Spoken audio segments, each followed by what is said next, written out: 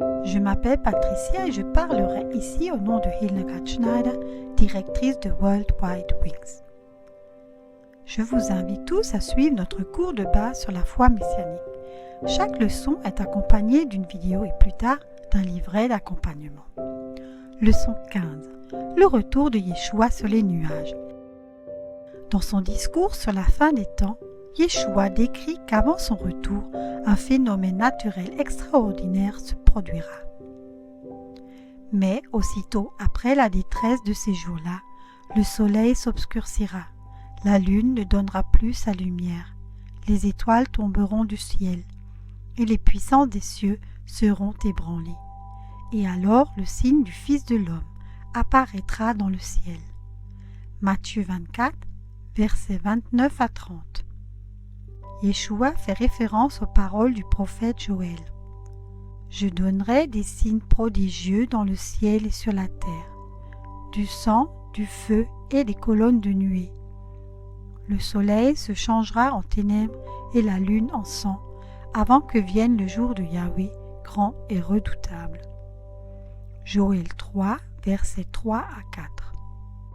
Dans Actes 2, 20, il est question de ce grand jour.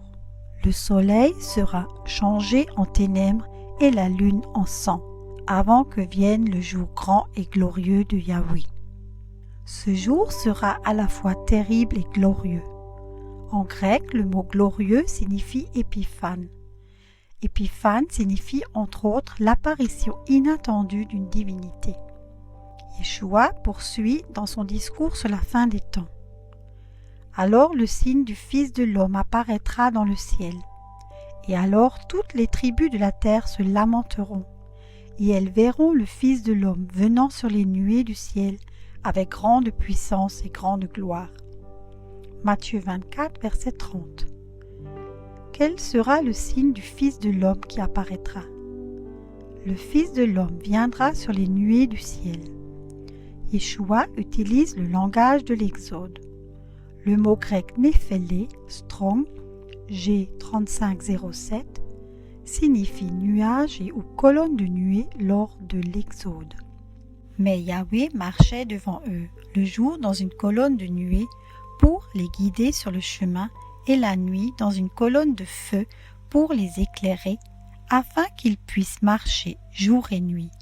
Ni la colonne de nuée ne se retirait devant le peuple le jour, ni la colonne de feu la nuit. Exode 13, versets 21 à 22. Il étendit une nuée vers la couverture, un feu pour éclairer la nuit. Psaume 105, verset 39. S'avancer sur une nuée est un symbole profondément messianique, lié au Messie. C'est un voile céleste de sa présence divine. Son char et sa place cachée, sa force.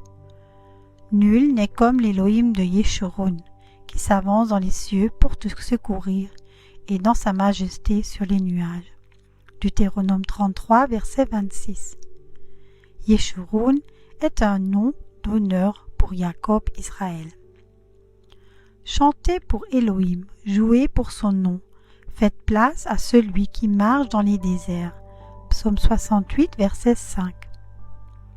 La colonne de nuée dans laquelle se trouvait le Fils de l'homme était un signe visible de sa présence à l'époque de l'Exode. La colonne de nuée a guidé les enfants d'Israël à travers le désert. L'ange d'Élohim qui marchait devant l'armée d'Israël se leva et se tint derrière eux, et la colonne de nuée qui était devant eux se leva et se tint derrière eux. Exode 14, verset 19. L'ange, Malak en hébreu, et la colonne de nuée ont éclairé. L'ange d'Élohim était dans la colonne de nuée. La colonne de nuée et lui ne faisaient qu'un. Elle vint donc entre l'armée d'Égypte et l'armée d'Israël. Et elle devint là-bas une nuée et des ténèbres, et elle éclaira ici la nuit, si bien que cette armée n'approcha pas de celle-ci de toute la nuit. Moïse étendit sa main sur la mer, et Yahweh fit reculer la mer toute la nuit par un fort vent d'est et fit ainsi de la mer une terre sèche, et les eaux se fendirent. Exode 14, versets 20 à 21. Il était présent sur le mont Sinaï dans la nuée.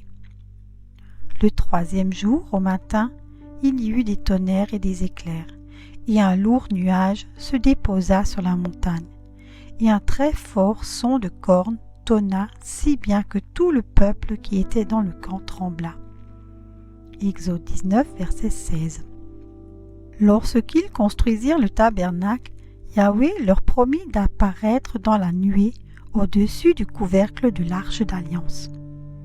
Yahweh dit à Moïse, « Parle à ton frère Aaron, afin qu'il n'entre pas en tout temps dans le sanctuaire, à l'intérieur du voile, devant le couvercle qui est sur l'arche, de peur qu'il ne meure, car j'apparais dans la nuée au-dessus de la plaque de couverture. » Lévitique 16, verset 2.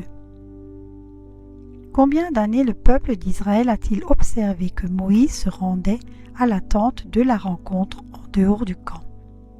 Alors qu'ils s'approchaient de l'entrée de leur tente, ils pouvaient observer que la colonne de nuée descendait et s'arrêtait à l'entrée de la tente lorsque Yahweh parlait à Moïse. Moïse prit donc chaque fois la tente et la dressa en dehors du camp, loin du camp pour lui-même, et il l'appela tente de la rencontre. Et il arriva que tous ceux qui cherchaient Yahweh sortirent à la tente de la rencontre hors du camp. Il arriva aussi que chaque fois que Moïse sortait vers la tente, alors tous les gens se levaient et ils se tenaient chacun à l'entrée de leur tente et regardaient Moïse jusqu'à ce qu'il entre dans la tente. Et il arrivait chaque fois que Moïse entrait dans la tente, alors la colonne de nuée descendait et s'arrêtait à l'entrée de la tente. Et l'Éternel parlait avec Moïse. Et tout le peuple vit la colonne de nuée s'arrêter à l'entrée de la tente. Tout le peuple se leva et ils se prosternèrent chacun à l'entrée de sa tente. Exode 33, versets 7 à 8. Lors de la dédicace du temple, la nuée de la gloire de Yahweh remplissait la maison de sorte que les prêtres ne pouvaient pas faire leur service à cause de la nuée. Lorsque les prêtres sortirent du saint lieu, la nuée remplit la maison de Yahweh, et les prêtres ne purent s'approcher pour faire leur service à cause de la nuée, car la gloire de Yahweh remplissait la maison de Yahweh. 1er Roi, chapitre 8, versets 10 à 11. En résumé, on peut retenir que la présence divine dans les nuages faisait partie intégrante pour les Israélites. Et l'annonce du retour de Yeshua sur les nuées se réfère au langage de la Torah et n'a rien de nouveau. Daniel en avait fait déjà état. Je regardais dans des visions de la nuit, et voici qu'avec les nuées du ciel venait quelqu'un comme le fils d'un homme. Il vint vers le vieillard en plusieurs jours, et on l'amena devant lui, et on lui donna la domination, l'honneur et la royauté, et tous les peuples, nations et langues le servirent. Sa domination est une domination éternelle, qui ne passera pas, et sa royauté, qu'elle ne sera pas détruite. Daniel 7, versets 13 à 14. Si nous associons les déclarations du soi-disant Nouveau Testament dans la Brit Hadasha au contexte hébreu d'origine, nous acquérons une connaissance plus large et plus profonde. Ainsi, la nuée avec ou sur laquelle Yeshua revient est le symbole et le signe du siège de la présence divine appelée sa Shekhinah. Le mot est dérivé du mot araméen shakan, se reposer. Il est intéressant de noter que Yahweh a placé son signe d'alliance, l'arc-en-ciel, dans les nuages. Je place mon arc dans les nuages, et qu'il soit le signe de l'alliance entre moi et la terre. Genèse 9, verset 13. L'arc-en-ciel et les nuages sont tous deux des signes de sa gloire, liés entre eux d'une manière particulière. L'arc-en-ciel est composé de 7 couleurs, le rouge, l'orange, le jaune, le vert, le bleu, l'indigo et le violet. En additionnant toutes les couleurs selon un mélange additif, on obtient à la fin la couleur perçue par l'homme comme blanc. C'est finalement Sir Isaac Newton qui a découvert au XVIIe siècle que cette lumière blanche pouvait être décomposée en un spectre visible à travers un prisme, ce que l'on appelle les couleurs spectrales. Il est tout à fait remarquable que le blanc du nuage, symbole de la gloire divine, et les 7 couleurs de l'arc-en-ciel puissent tous deux être perçus lors de la décomposition des couleurs à travers un prisme. Ainsi, si l'on fait tomber de la lumière blanche sur un prisme de manière appropriée, on peut observer sur un écran arrière que la lumière blanche a été décomposée en différentes couleurs. Sur l'écran, on peut voir une zone colorée en rouge, orange, jaune, vert, bleu, indigo et violet. Ces couleurs sont appelées les couleurs spectrales. Les couleurs spectrales se retrouvent dans l'arc-en-ciel. Le soleil est la source de lumière blanche et les gouttes de pluie assurent la décomposition des couleurs.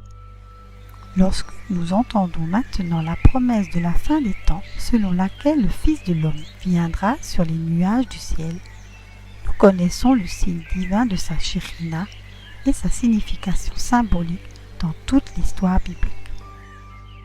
Alors le signe du Fils de l'homme apparaîtra dans le ciel, et alors toutes les tribus de la terre se lamenteront, et elles verront le Fils de l'homme venir sur les nuées du ciel avec grande puissance et grande gloire.